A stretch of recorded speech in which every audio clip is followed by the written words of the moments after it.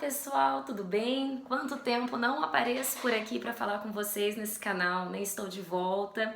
Estou muito feliz de estar aqui com vocês novamente para trazer conteúdo muito bacana para ajudar vocês aí nas provas que vocês estão fazendo, contribuir de alguma maneira para o crescimento de vocês, para o engajamento na leitura. E esse primeiro vídeo de retorno, para comemorar esse retorno, nós vamos falar da série de vestibular, do livro Torto Arado, do Itamar Vieira Júnior, livro que vai estar aí na lista, está na lista do vestibular da UEL de 2023 para o ingresso de 2024. Se você passou para a segunda fase, vai fazer a prova, não pode deixar de assistir esse vídeo. E aí eu já vou pedir para você que acompanha aqui o canal, ou você que está vendo esse vídeo pela primeira vez, para se inscrever no canal, deixar seu comentário, sua sugestão. Estamos aqui para contribuir com vocês, para que vocês possam conseguir aí uma aprovação com sucesso. Português com a professora Elaine está aqui disponível para vocês, para auxiliar aí neste processo. Muito bem, vamos falar então de Torto Arado. Que livro maravilhoso! Me conta aqui nos comentários se você já leu Torto Arado, se você já se emocionou com a história destas irmãs. Esse livro é um livro premiadíssimo do escritor Itamar Vieira Júnior, um livro aí que ganhou o prêmio Jabuti, entre tantos outros prêmios, já foi traduzido em mais de 20 idiomas, gente, e vai ganhar aí uma adaptação de série para TV. E olha que legal, que fato curioso, já são 5 roteiristas mulheres compondo o roteiro aí de Torto Arado, essa adaptação que vai estar aí para nós nos deliciarmos na TV. Bom, o Itamar, nascido em 1979, ele é geógrafo, é doutor em estudos étnicos e africanos, é um escritor muito acessível, muito disponível, muitas entrevistas bacanas falando sobre esse livro, ganhou aí, como eu disse para vocês, vários prêmios, né? Como professora e para auxiliar vocês, vou falar um pouquinho da parte técnica desse livro. Esse livro é um romance contemporâneo, então é literatura contemporânea, foi lançado em 2019.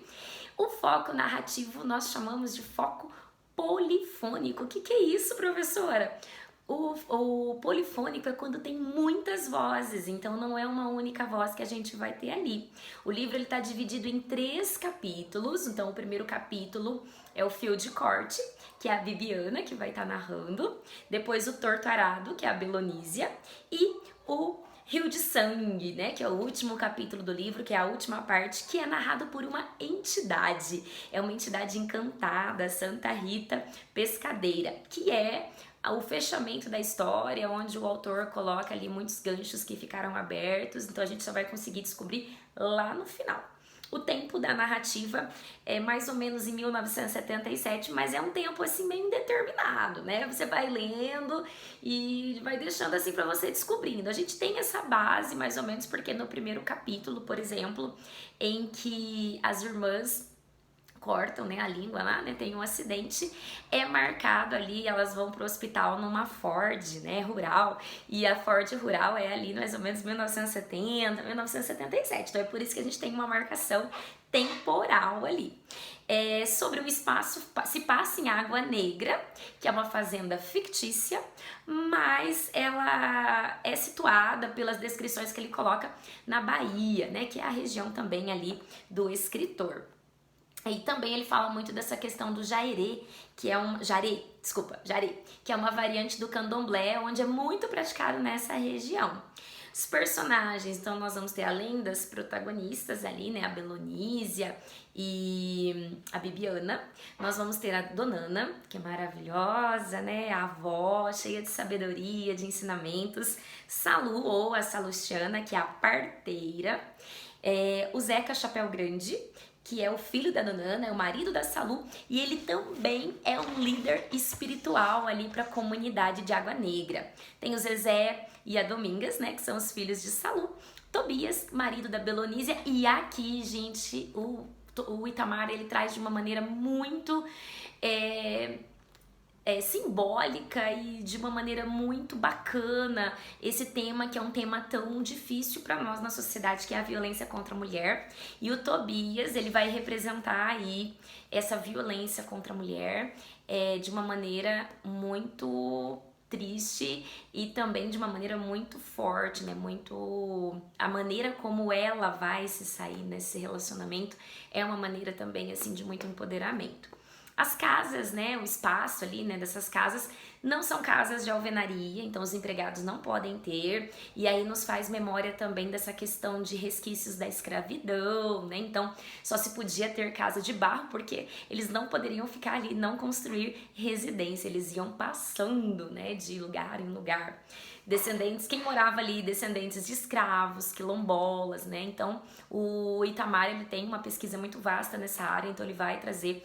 Esqueci de falar da linguagem, mas é uma linguagem culta, mas uma linguagem muito fácil de ser compreendida, uma linguagem muito tranquila para vocês, tá? Dividindo então a obra.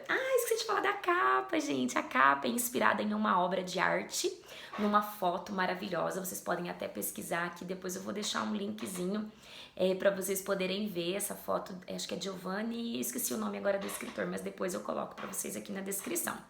Esses 3 capítulos, então, eles vão narrar a trajetória dessas irmãs, que começa no primeiro capítulo, né, fio de corte, onde elas estão mexendo ali na mala da avó e elas encontram ali uma faca, né, e aí elas começam a brincar com aquela faca, acontece um acidente, as duas vão se ferir, uma vai cortar a língua e a outra vai se ferir muito grave. Elas vão para o hospital e uma vai perder a voz, ela não vai mais poder falar. E isso, gente, é muito interessante porque a gente só vai saber qual das duas que perdeu a voz no decorrer da leitura. Então a gente vai ter que ler o livro todo para descobrir. E a maneira como ele vai colocando as dicas, a estrutura do texto vai nos cativando para que a gente possa ler cada vez mais e querer saber que por que e como que perder aquela voz ali foi tão simbólico, né? Até aqui vou ler um pedacinho para vocês, na página 24, ela diz assim, né?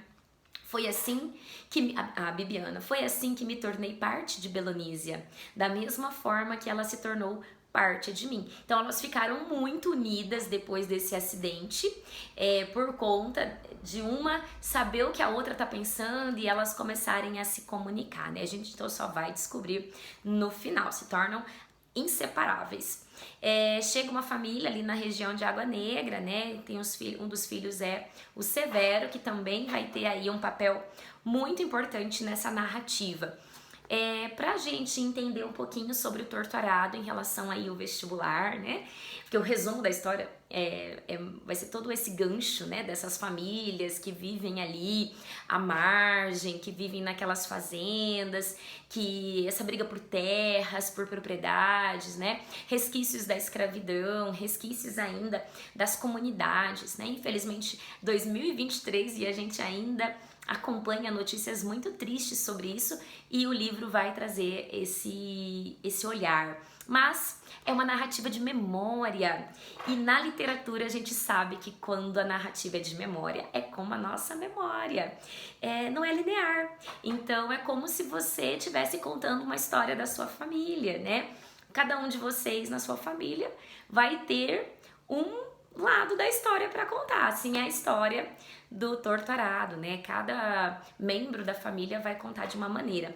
E a maneira como fecha também, genial, né? A maneira como o Itamar coloca ali no final, essa questão da entidade, né? Ele trazer novamente ali essa questão do místico, da religiosidade de matriz africana, vale muito a pena a leitura.